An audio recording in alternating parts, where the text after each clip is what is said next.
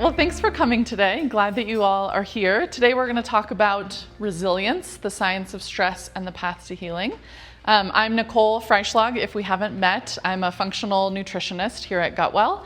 And real quick about functional nutrition, for those of you that weren't here last month, is functional nutrition. I look at food and how we can support health with food, but also more holistically. So the functional medicine pieces, I also look at sleep and exercise and stress. And, our health is a lot more than just the things we eat, but we can also support those things with food and supplements. So kind of trying to bring all of that together. But stress is a huge passion of mine because I have a long history of GI problems, and a lot of them were related to stress. And I finally made a lot of progress by addressing stress and supporting stress in my body. So that's why I'm excited to talk to you about it today. Also, is anyone stressed?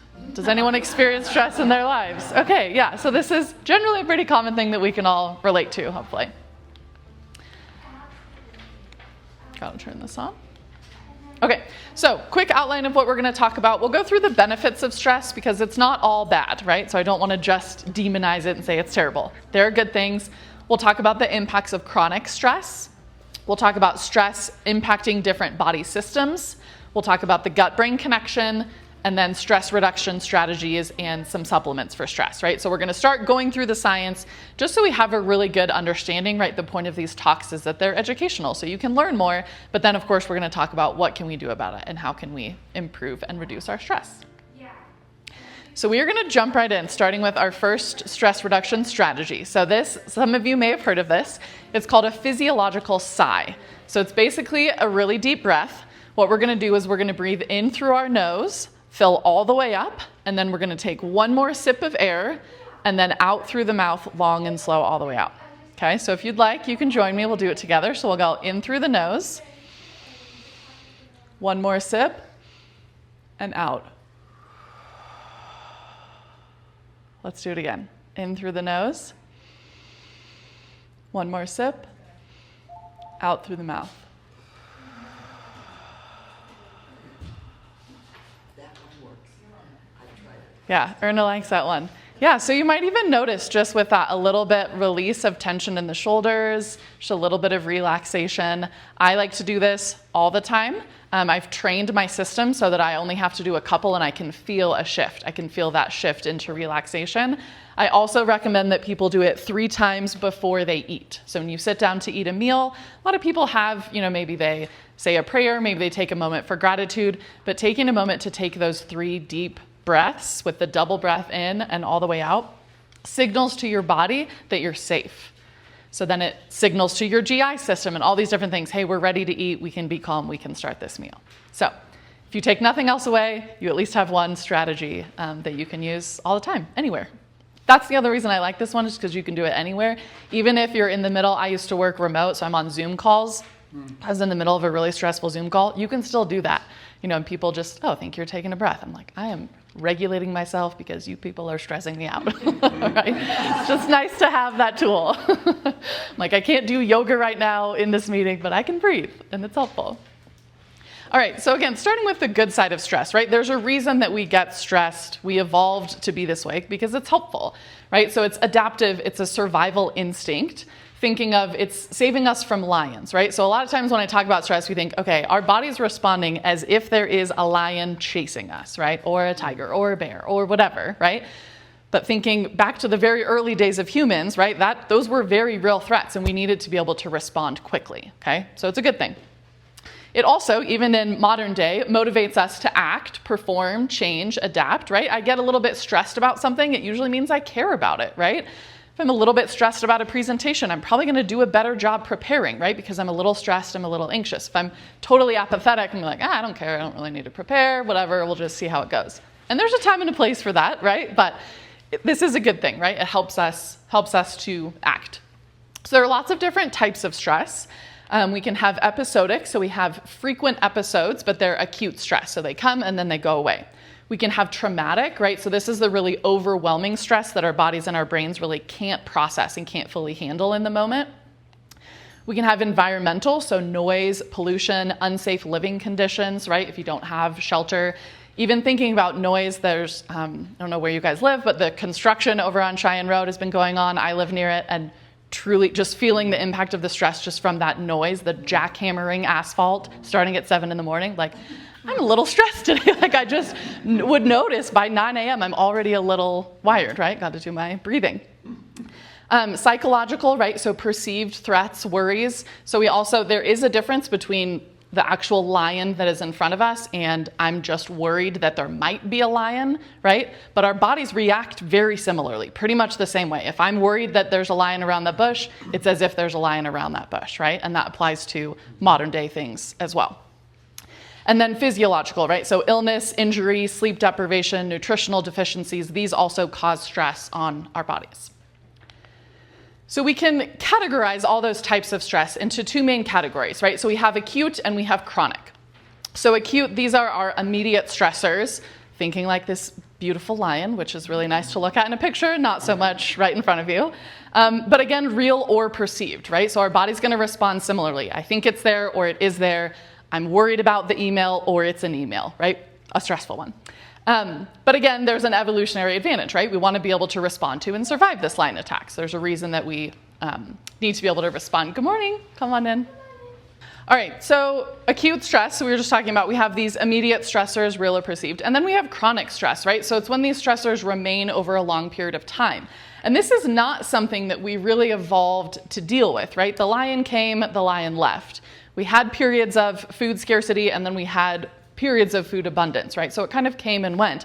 But in our modern day and age, we've got a lot of stressors, right? And they're here all the time. They might not be as intense as the lion. Like I said, they could be an email, they could be a stressful meeting, they could be health issues, they could be the state of our country, different things going on, right? So there's a lot of things that just remain over a long period of time. And what happens is this fight or flight response that is helpful becomes maladaptive over time. Right? So in the short term, it's good. It helps us act, run, survive, whatever we need to do. But over the long term, we're not really designed to handle that well.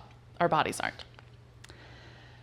Okay, I know this is kind of a lot. Don't worry. The main thing here is we have two main systems. Our nervous system is kind of split into, our autonomic nervous system is split into parasympathetic and sympathetic. So I just wanted to put these up here because I'm going to refer to them.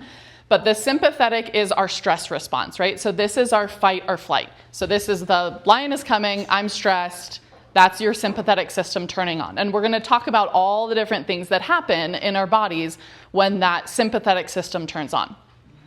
Then we have our parasympathetic. So this is like our rest and digest, right? This is what we're trying to turn on when we're trying to calm down from the stress. This is what we just did when we took that nice deep breath, right? We shifted our body from here, in case any of you had any stressors this morning, which it's life, very possible, right? And we're shifting it into parasympathetic, okay?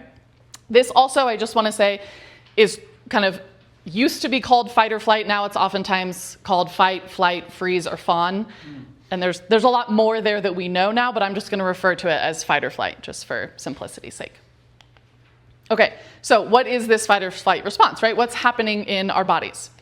So we perceive a threat. Again, maybe it's a lion, maybe it's a meeting, an email, whatever it is. We perceive it as a threat. So our sympathetic nervous system activates, and then we start releasing chemicals and hormones throughout our body, right? Because we have to trigger things to respond.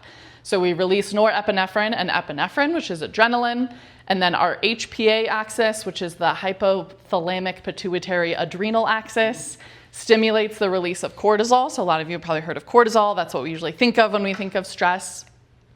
And what this does is it causes us to have an increased heart rate, increases our blood pressure, our muscle blood flow, sodium retention. It increases blood glucose levels, right? So it sends glucose into our blood so that it can go to our muscles, so that it can make them work so that we could run from the lion. We see reduced intestinal motility because, again, that blood is leaving the intestine, it's going to the muscles. We see increased alertness, vigilance, cognition, focused attention, and pain tolerance. So think about we're running from the lion. All of that seems very helpful, right? This is all good because now I'm kind of breathing fast, I can run, I have glucose to my muscles so that I can contract, I have alertness, vigilance, right? I'm ready to go, I can run from the lion. But what happens over time? And what happens when this is a response to an email, right? Or to whatever, I'm just use it as an example, but whatever it is that's kind of our modern day stressor example that doesn't actually require a full body response, okay? So that's kind of what I want us to be thinking about is, okay, yeah, sometimes we're just like, oh, I'm stressed, yeah, whatever, it's fine. But like this has really real impacts on our body. So going into the systemic impact, so systemic meaning throughout our whole body, right? I'm gonna go through these kind of quickly because there's only so much time and you all probably don't want the super, super deep science lesson. But again, the goal is just to have an understanding of the fact that stress impacts all these other parts of our body. And I promise we'll get to what we can do about it. So don't get too stressed waiting for that. Okay, so looking at our cardiovascular system. So we see increased oxidative stress, endothelial dysfunction, so those are the cells that line our blood vessels. We see inflammation, so all this is impacting cardiovascular health and function, and we see that chronic stress increases cardiovascular disease risk. In our respiratory system, we see rapid and shallow breathing, right? Again, because that's kind of what we need to be able to run and respond. But over time, we see compromised immune function and more risk of respiratory infections. In our musculoskeletal system, we see muscle wasting, decrease in bone density, even things like tension headaches, right? Again, just over time with this chronic stress. In our reproductive system, which you might not think that stress impacts your reproductive system, but it does, we see reduced production of luteinizing hormone and follicle stimulating hormones, which are hormones that tell your body to produce the other hormones like estrogen, progesterone. We see effects on ovarian function and testosterone production. Over time, with a lot of stress, we can see impacts on fertility, menstrual irregularities, and decreased sperm quality, right? So again, things that seem totally disconnected when we have this chronic stress, we can see these impacts. With the immune system, this is when people might be more familiar with the impact, because I think a lot of people feel it, is we have a suppressed immune response, so increased risk of illness, increased systemic inflammation. I used to be a high school teacher, so I think about as a teacher, obviously you get sick a lot because you're around a lot of germs, but I noticed like clockwork, every Christmas break, every summer break, me and all of my teacher friends would get sick because our systems finally calmed down, but we have this suppressed immune response, right? Because we were just in this, I felt like when I was teaching, I was kind of in fight or flight all the time, right? Because there's just a lot of things going on, unpredictable, never know what the kids are gonna do, what they're gonna throw at you, right? So, lots of different things, right? Pretty widespread effects. And I want to be clear, I'm not saying if you feel stressed, all of these things are going to happen to you, right? It's just saying we have an increased risk. We're impacting our systems. So our systems are more vulnerable to this, okay? So we want to shore them up. We want to make ourselves more resilient to stress, okay? So that we don't see these impacts. Okay, an interesting study I wanted to highlight. There were so many different studies I could go through, but I tried to kind of pare it down. But this one was really interesting. So speaking of kind of being a teacher, job stress, studies show that doctors actually report the most stress from their jobs. I'm biased. I think teachers are probably right up there, but it does show, I understand there is more on the line with doctors, right? So we see doctors reporting a lot of stress. So they look at their metabolic health, right? They look at health markers of doctors. And what they see is that compared to people who were not doctors, doctors had higher levels of hemoglobin A1C, triglycerides, and cholesterol than controls. So again, these are metabolic health markers showing us how much your blood sugar is spiking and crashing, how much sugar you're storing as fat, those different things. And unfortunately, those greater than 50 years old had the highest levels, right? So again, you're less resilient to the impacts of stress as you get older. But the good news is that coping strategies help.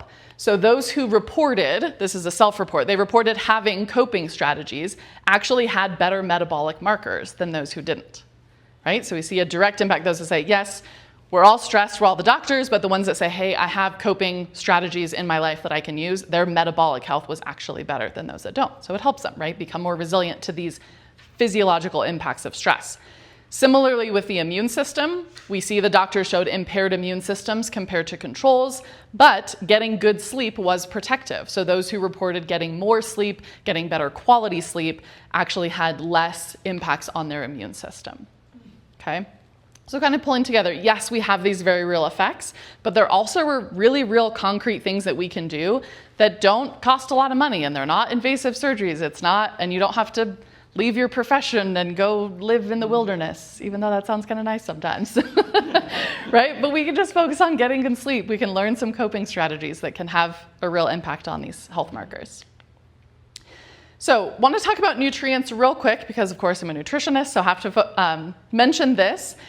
Stress depletes key vitamins and minerals. So it's not just, oh, I'm stressed and I'm feeling bad, so I should make sure that I eat well. But when we're stressed, this is another impact on our bodies. It actually depletes, it like uses up. So if you think of, okay, we eat carbohydrates and then we go exercise and it uses up those carbohydrates, right? I have these nutrients, but I'm stressed and it actually uses up these vitamins and minerals. So magnesium is a really big one that we see gets very depleted in times of stress. And I did not learn this until grad school, but I wish I knew this in college during finals week. Like, think of how many kids are studying and stressed and just depleting their magnesium, and then we see impacts on cognitive function. Like, okay, we're stressed about the exam, but now we have less cognitive function to do well on the exam. I would have loved to know that I could have taken some magnesium.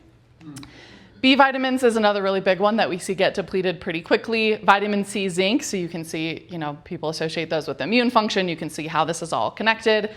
Calcium, potassium, omega-3, electrolytes. So we see all of these decrease in times of stress. So, of course, healthy diet and lifestyle can help, and I'll talk at the end about some supplements as well that can also support your stress system. But we definitely recommend, taking omega-3, using electrolytes with your water, taking a multivitamin, taking magnesium. All these things can help. I actually have a friend who works in the garden industry, and so the last couple months have been really stressful for her, and she reached out and just said, hey, what can I be taking right now to replenish what I know my body is losing? She didn't really know. She just said, surely I'm depleted in things because I'm really stressed. What can I take right now to just support myself? And I thought that was so cool to reach out and just say, hey, how can I support my body? She can't eliminate the stress because it's just the job for the next couple months, but being proactive and saying, hey, what can I do right now to make myself feel better? So I came into our supplement store and I got her some B vitamins and some magnesium, and she's feeling great. Okay, so the one system that we didn't talk about when I did the body, was the gut, because I want to spend a little bit more time on the gut. So first, just going over the impacts of chronic stress. We see that it can delay gastric emptying. Connected to that, we see reduced blood flow to the gut, inhibiting nutrient absorption. With IBS, we see a lot of IBS connection to stress. Visceral hypersensitivity is when you're just more sensitive to pretty much anything that happens in your gut. So even just a little bit of distension of the small intestine can cause a lot of pain in people with visceral hypersensitivity versus other people might not even notice that their stomach has moved a little bit, which it just does when we eat and live. And of course, we see related with IBS, we often see diarrhea and constipation, right? So we can see those changing with stress. I don't know if you guys have ever noticed if a time when you're stressed and then you're like, wow, my bowels are really messed up because they're stressed. We also see increased intestinal permeability, so leaky gut. We see that related to stress. And then again, this vulnerability to infections and inflammation, right? A lot of our immune system is in our gut. So when we are impacting that, we're impacting the gut health as well. So a lot of this is mediated by what's called the gut-brain axis. So all these things that connect our gut to our brain. I think of it as like a two-way highway, right? It's this communication that my brain can send messages to my gut and my gut sends messages to my brain all day, all the time, even when we're sleeping, right? We're sending messages back and forth and back and forth. And it's not just the brain saying, I'm hungry, please feed me, right? There's a lot more communication that's happening. And a lot of it is mediated by stress.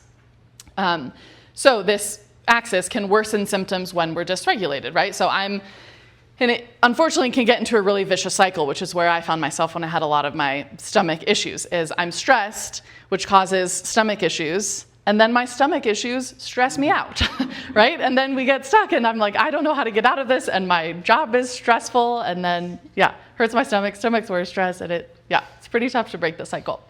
But the good news is that because there's such good communication, we can actually address that cycle from both directions, which is really cool. And again, there are so many studies that I just tried to pick a couple on. But if we go from gut to brain, so we think of treating this kind of dysregulated system from the gut side. So there are studies showing that just giving people probiotics, right? So they're live bacteria for your gut actually impacts mood. So it can improve depression, improve anxiety. So this is not counseling. This is not changing anything in your life. This is not talk therapy. This is not breathing. Anything that you would usually think impacts anxiety and depression. It's just changing the little bugs in your gut changes your mood, right? Which tells you how intense that communication is. Then we can go the other direction. So we can go from brain to gut, and we see the opposite. So meditation, just sitting, breathing, kind of awareness in the moment, being with your breath, which we would think, oh, it makes sense that that would help with stress, right? Because our brains kind of get busy and they're flying around. But what we see is that meditation also actually changes the microbiome. So just sitting calmly, people doing meditation, I think it was for like 2 weeks, actually changed the microbiome. And there's a really cool study that I cited here that they did it with nursing mothers. And what they saw, so they were in the hospital in kind of a stressful situation. There was a health issue with their infants, but they did a 10-minute guided meditation every day for 2 weeks. And that meditation changed their microbiome, and then through the breast milk actually changed the microbiome of their infants for the better, I should say, which is important. Which is pretty powerful, right? To just say, hey, these are strategies we can add in, we can use. Again, it's free. You know, we can just, it's not invasive. There are no negative side effects, right, to these things, but they're very powerful. Okay, so the main, kind of staying on the gut-brain connection, the main connection points, so, right, so we see there are literal highways, and these are nerves, and the main one is the vagus nerve, right? How many of you have heard of the vagus nerve? Yeah, okay, sweet. So it's our 10th cranial nerve, and it really regulates these rest and digest functions, okay? So this is the image from earlier where I have the parasympathetic system, I have the sympathetic on the other side, but these nerves coming, this is your vagus nerve, and it branches, has a lot of different branches, and innervates a lot of different organ systems. So again, it's regulating our parasympathetic system. So when we want to come out of fight or flight, what we want to do is we want to activate the vagus nerve, because that's going to tell our system, hey, do the things that the parasympathetic system does, calm down, slow your breathing. You don't need to release more glucose. And you know, we can kind of undo all those things or reverse the things that the sympathetic response does. So we counter the stress response, we modulate heart rate, digestion, cortisol, inflammation, and all those things we're talking about. We want to use the vagus nerve to mediate those.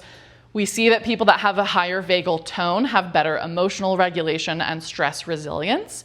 So vagal tone, it's a nerve, it's not a muscle, but you can kind of think about it like a muscle that we need to tone, we need to strengthen, right? If you have a dysregulated muscle, like I broke my ankle a few months ago, and I'm in physical therapy, right, trying to get it, and I try and do like a calf raise, and my muscles are kind of like, they're like, I don't know how to do that anymore. They're dysregulated, they're weak, right, they're not working. So kind of think about that with our vagus nerve, right? It's like, I'm not being helpful, right? We want to strengthen it, we want to have a nice tone to say, when I want you to contract, contract like a muscle, when I want you to relax, relax, okay? So the good news is that the vagus nerve can be strengthened or toned through lifestyle practices. And what we see is that these practices promote stress resilience, they improve mood, reduce anxiety, reduce inflammation, right? So again, they're kind of helping us get out of this fight or flight. So we're gonna learn some of them. You already learned this one. So this is what your handout has, is all these different strategies. So we're not gonna do all of them today, but I just wanna explain them. And then I wanted you to have them on your handout so you can go home and try them for yourself. So we have the physiological side, the deep breath. If you came in late, we take a really deep breath in and then another sip of air, and then we go all the way out, okay? You can also do humming, chanting, or singing. So this, the vagus nerve kind of comes right here. So when you hum, if you touch right here, you can feel that right there. This is the vagus nerve that you're activating, okay?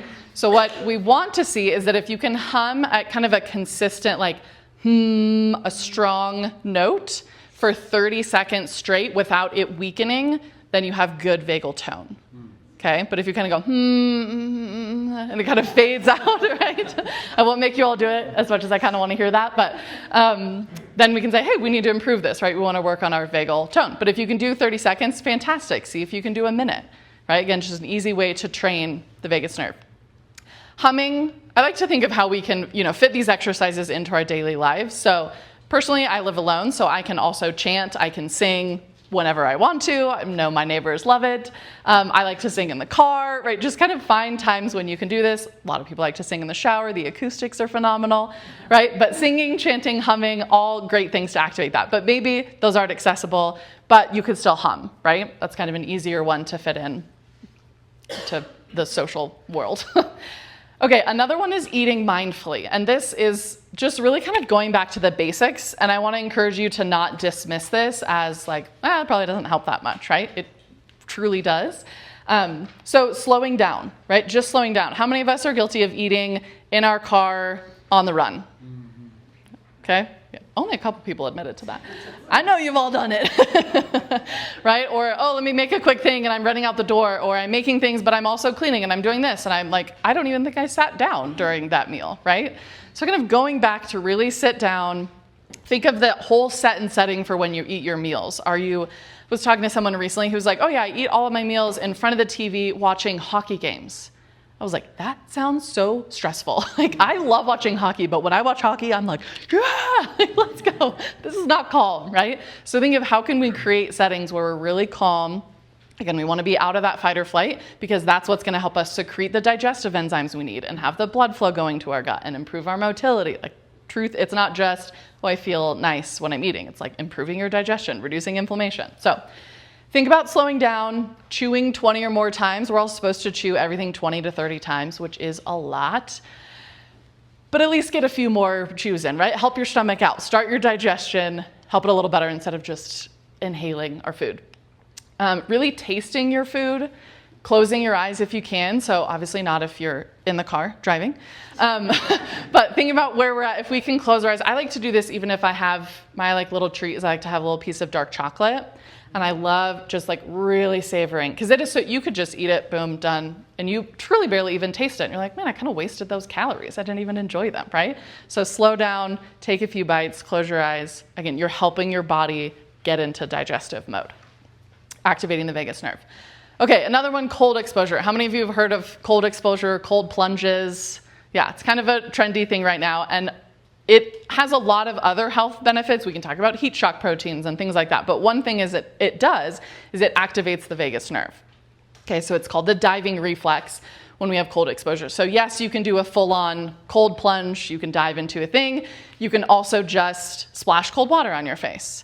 You can end your shower with some cold water. So I love to do this, especially in the summer. I try to do it in the winter, but I'll be honest, I struggle. But in the summer, it's really nice, right? You kind of take your warm shower, and then at the end, however long you can do, start with 2 seconds, start with 5 seconds, build up to 30 seconds or a minute of cold water, and just notice how it makes you feel. A lot of people, especially if you do it in the morning, notice feeling more invigorated, they have more energy, and hopefully you're calmer as well. You can also get a bucket of ice water and stick your face in it. I have friends that just swear by this, and I cannot get myself to do it, but the research backs it up. So if you're feeling bold, try it. Okay, the next one that I am going to have us do, I'm not going to have us lay on the ground. So ideally you do this laying on the ground, but you can also do it sitting in your chair. So if you would like to try it, what you do is you're going to interlace your fingers like a little cradle, and you're going to cradle the back of your head, so right at the base of your neck. And then you're going to keep your, head straight forward. But then with your eyes, you're going to look up and to the right. So face is forward, eyes, this is your right. Up and to the right, and you're just going to hold there looking. Now I feel like I have to do it to the left to match. Until if you notice a shift, you might notice a yawn, a swallow, a sigh, a relaxing in your shoulders. And then if you notice a shift, then move your eyes all the way over to the left. And same thing, you can hold there till you feel a shift. And then I like to bring my eyes back to the front and just kind of take a deep breath and relax. So if you haven't ever done that before, it might take a little bit longer than kind of what we just did. And again, ideally, you do this on the ground because you're actually slightly shifting the bones in the back of your neck. And again, this is activating the vagus nerve where it innervates back there. But what we're looking for is we're using the optical nerve essentially to connect to the vagus nerve as well. So what we want to see is when your eyes are all the way over to the right or left, whichever direction, again, maybe a yawn. I usually yawn is what my body does when I shift. And that tells you that you've shifted from fight or flight into rest and digest, from sympathetic to parasympathetic. So you feel that shift. And then you go, when I started those, it took me maybe a minute, maybe a little longer, because your system's just not really used to it. Again, we're toning the nerve, okay? So we're kind of working out. Now, I think it takes me, 8 to 10 seconds. It's pretty quick because I've been doing this for a long time.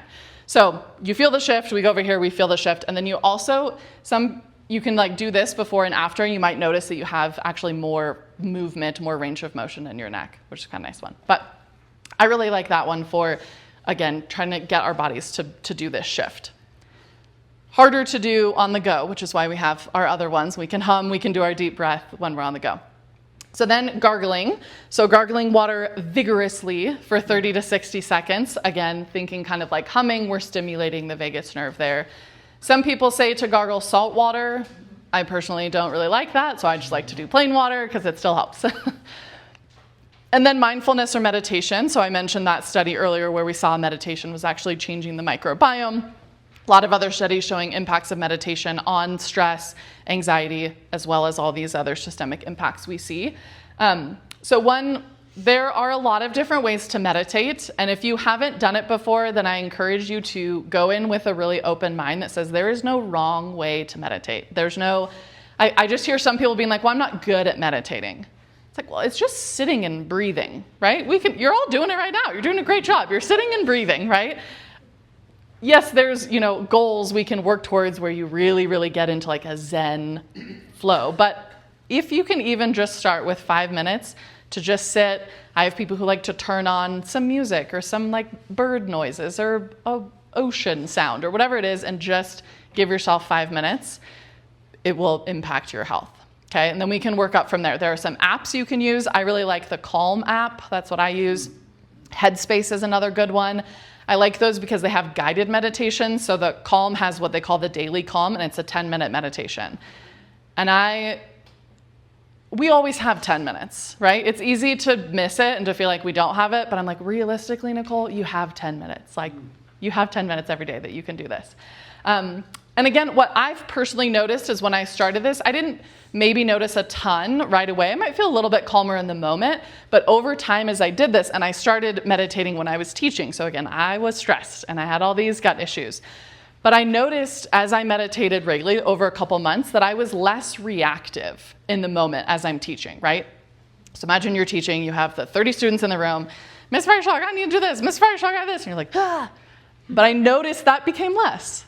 Not that I was, just a Zen Buddha, but I was less reactive, right? And I felt it less in my body, which was really nice and really powerful because it, again, helped me kind of address that two-way communication.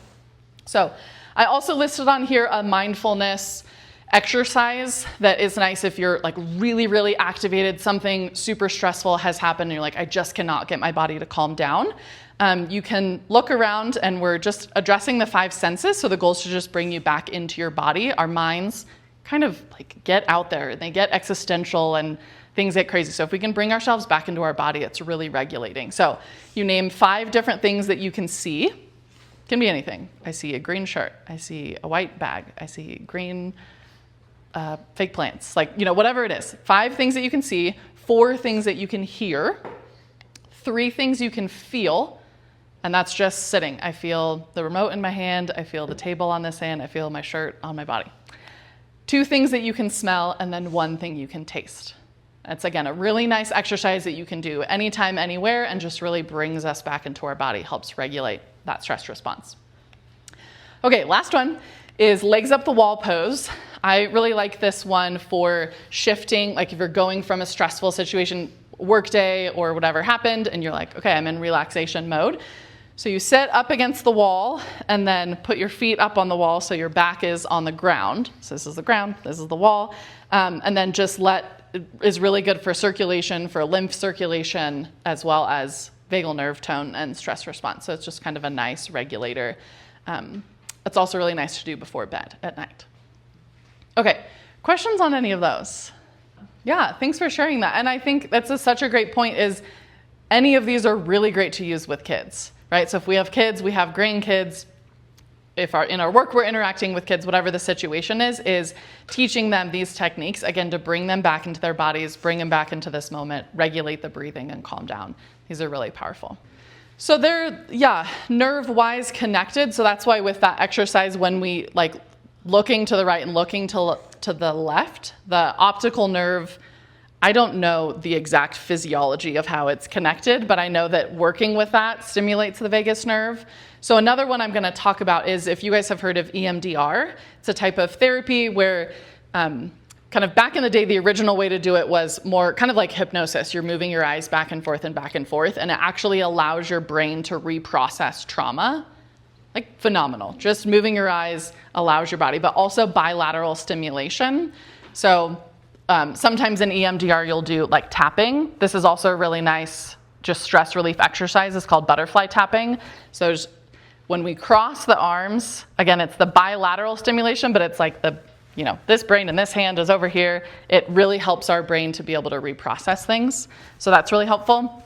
Another one I'm going to mention later is walking in nature has just all of the benefits. So truly, if there's anything you can do, breathe and walk in nature. So when we walk in nature, we have, again, the bilateral stimulation on my right side and then my left side. And then when we're in nature, our eyes naturally kind of do this.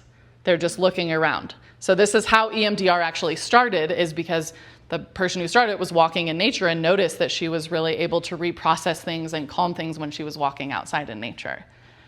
So again, a really cool strategy that we can use just to regulate that stress response. Okay, so going into more specifics, other stress reduction strategies, I want you guys to walk away and feel like you have a lot of different things that you can try. And with, actually going back here, with the vagus nerve, I encourage you to try a bunch of different ones of this because everybody's nervous system is different. I've found the ones that I like over time. I've tried other ones and I was like, I didn't really love that. But just because one doesn't work for you, don't throw all of them out. I would encourage you to try to find the one that works for you. Same thing with stress reduction strategies, right?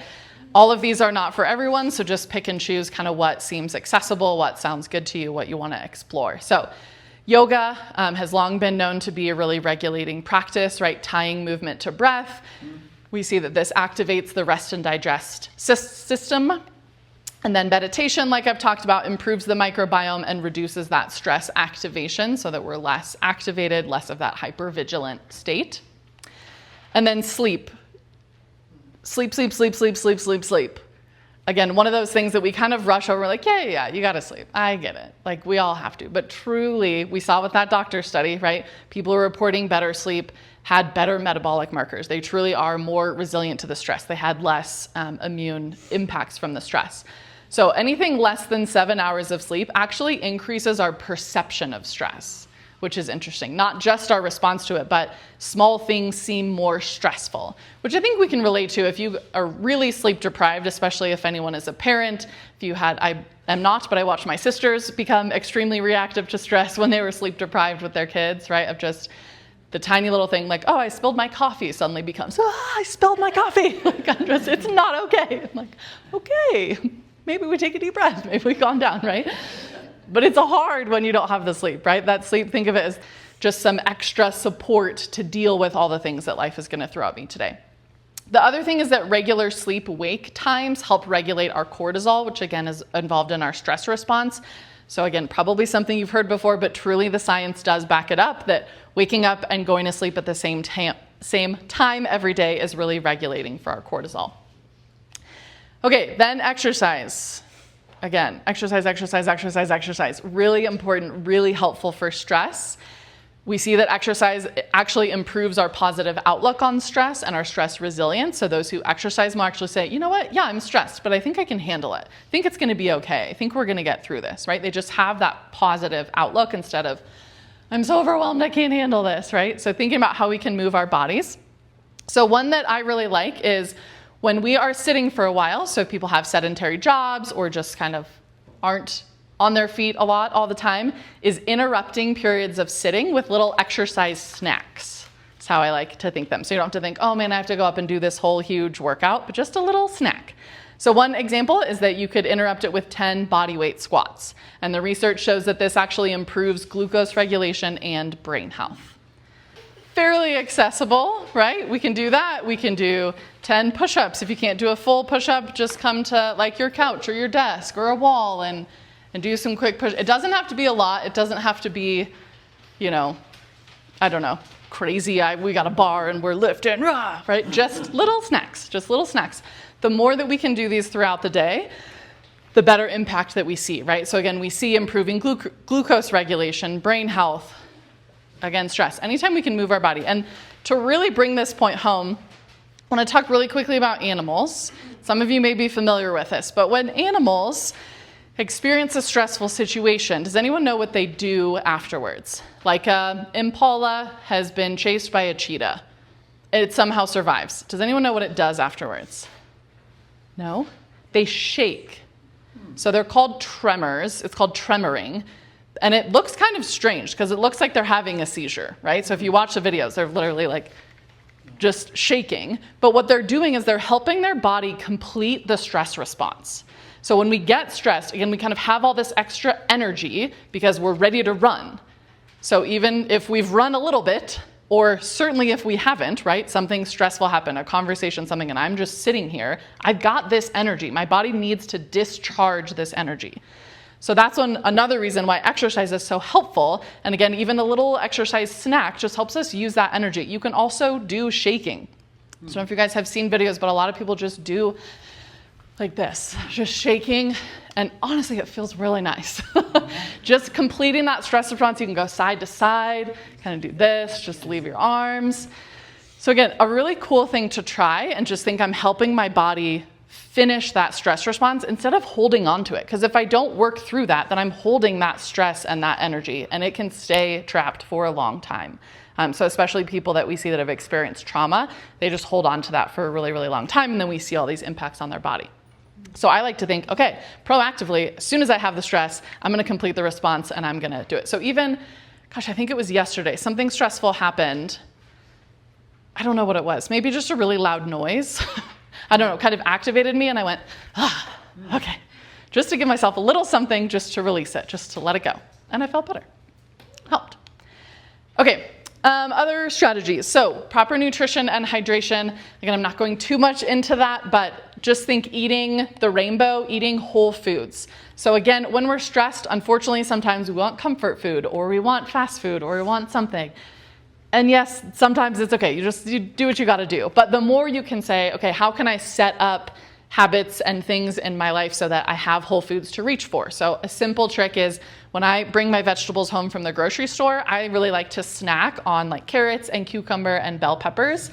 So I like to, when I get home from the grocery store, I clean them and I chop them up and I put them in a Tupperware. So that in that moment, and this truly happened this week, I was a little like, and I'm like, I could go get some chips, but I opened the fridge to get something to go with them, and I saw the little thing of vegetables, and I was like, actually, that sounds really nice. Just because it was there, it was easy, and then I can eat that, and that's way better for me in the long run, right? So thinking about whole foods, thinking about eating the rainbow, eating a colorful, diverse range of fruits and vegetables. All the colors have different vitamins and minerals, so the more whole foods, the more colors that you can get in a day, in a week, the better. And then electrolytes. So hydration is really important, right? When we're stressed, we're sweating, we're depleting electrolytes is one thing I mentioned earlier. So I encourage you to add electrolytes to your water. We sell a brand called LMNT here, Element. Those are really great to use. I also like the brand called Redmond Relight. I can tell you that later. We can talk more about it if you want more brands, but I really like adding electrolytes to water. It helps you hold on to the water instead of just kind of it running through you. Okay, and then social support. So of course I can't do a whole talk about stress and not mention therapy, right? If you need therapy, if life is really stressful, I encourage you, counseling is hugely beneficial. And a much easier, accessible thing is just laughing. So laughing with friends is shown to reduce stress and reduce these impacts on stress. And there's truly research on this. It's really interesting. And I went through a period of life where I was living alone and just felt like, okay, I'm so stressed, I don't have time to go hang out with my friends. So I would just turn on a sitcom, and it still works, right? They're kind of like my friends, the people on the show, but I'm laughing out loud. It still helps, right? You're like, oh, it's so sad. She has friends on a TV. It's fine. I don't care. The goal is to help you guys with tips, right? But this research actually that I cited was they were just watching a clip of a movie or a clip of something that wasn't funny. It was just maybe kind of interesting. And the people that watched the one that was funny and that laughed saw a decreased stress response, right? So we see improvement with stress with laughing. So however you got to do it, obviously being out and being face-to-face with friends is ideal, but get it where you need to get it. Find some funny videos on the internet. There's a lot of them. One of my favorites also is to find videos of people laughing. I just and then they make each other laugh, and then you can't stop laughing, and then I'm laughing, and I'm like, we're all just so happy. It's great. Okay, then we talked about breathing, right? So we did some breathing exercise. Anytime we're breathing out, nice, long, and slow, this actually slows our heart rate. Okay, so that's why we do the breathe in and we do the really, really long, slow breath out, because that slows our heart rate and again helps us shift out of the fight or flight. And then time in nature. So I talked about this a little bit earlier. Grounding also reduces inflammation. So if you can actually get your body in contact with the earth, like thinking walk outside barefoot and stand outside barefoot for a few minutes, that actually reduces inflammation. It's kind of incredible. The electrons are moving from the ground through your body. It gets wild. But an easy thing to do, especially in the summer now, right? Just be barefoot for a little bit outside. I talked about this, the EMDR mimicking walking in nature. And then morning sunlight is another thing that is really regulating for us, especially for hormones, especially women as we get to menopause and postmenopause. We see that morning sunlight is super, super regulating. So you can combine these, right? And say, I was just telling my family last weekend, because they were asking for random tips. And I was like, okay, everyone, see if you can go outside for 5 or 10 minutes in the morning, because that morning sunlight in your eyes is really regulating, and go barefoot outside. And my dad's like, I don't like walking outside barefoot. I'm like, just go stand there. You don't have to walk around the block. Just stand there for a few minutes and just see. Just notice how it feels. Okay. So to kind of wrap up, ending with some stress support. So I like doing the strategies. I like things that are free. I like things we can do all day, all the time. But sometimes we need some extra support, right? So again, my friend who recently reached out, I also sent her home with some adaptogens, right? So we have a lot of herbs that have been used traditionally for years and years to support stress. They're called adaptogens, so thinking adapt to stress, that support stress resilience, and it's shown to support physical, environmental, psychological, all different types of stress. So ashwagandha is one of my favorite ones. These are some other good ones: rhodiola, holy basil, schisandra I've been experimenting with recently, I really like. And this is maca, which is different from matcha. And then there are some other supplements if you need some more targeted support, so not herbal, but L-theanine is really supportive, phosphatidylserine. I like L-theanine because it helps calm really in the moment. So a lot of these adaptogens I think of more kind of over time. We take them consistently and they support our stress response. L-theanine in the moment is a pretty quick response of feeling really calming. So we sell a couple in the store that I wanted to mention. One is called HPA Adapt. So if you remember earlier, I mentioned the hypothalamic pituitary adrenal axis. So it includes all of these. And again, this is really good for just overall stress support over time, really supporting this system. So I like that one. And then Copa Calm or Drop of Calm. This has L-theanine as well as GABA, which kind of is an inhibitory neurotransmitter. Is really great for that immediate relief for a stressful situation. So I took my little Copa Calm before I started the presentation. And then, of course, you can make teas, right? So you can get these herbs in different teas. You can make yourself tea, which I think making a nice warm cup of tea is also very calming and relaxing. So we have some tea today for you guys to sample. You know, we like to give samples if you've been here at our other talks. So I have several different tea blends. We did them iced because it was warm and we didn't think, you're hot and sweating. So we have them iced. They all have ashwagandha in them. Again, that's kind of my favorite herb for stress relief, but there's different flavors. There's one that is mandarin. I think it's called Mandarin Mint Mindfulness. And then the other one is called Relaxed Mind, and then Blueberry Sage, which is my favorite. It's really nice. So thought that would be nice for you guys to try today. All right, so just wrapping up, we see that stress has a lot of significant impacts on our overall health, right? Not just our mental health, but it's really physically having these impacts. And that toning your vagus nerve is a great way that you can support both your gut health and your brain health and overall health. And then lots of different coping strategies that can help mitigate impacts from stress and help you feel better. And my closing line is just breathe. Don't forget to breathe. All right, and then references, because I know you all want to go read research. I just always like to announce our next seminar. So we're doing these monthly now. So our next one next month is going to be about toxins. So uncovering toxins, reducing exposure to toxins. It'll be Friday, July 25th, and we're trying a new time. It's going to be from 1 to 2 p.m. because we have a vascular screening here that morning. So you can do your vascular screening, stay for the toxin talk. Yeah, and that's all. Thank you so much.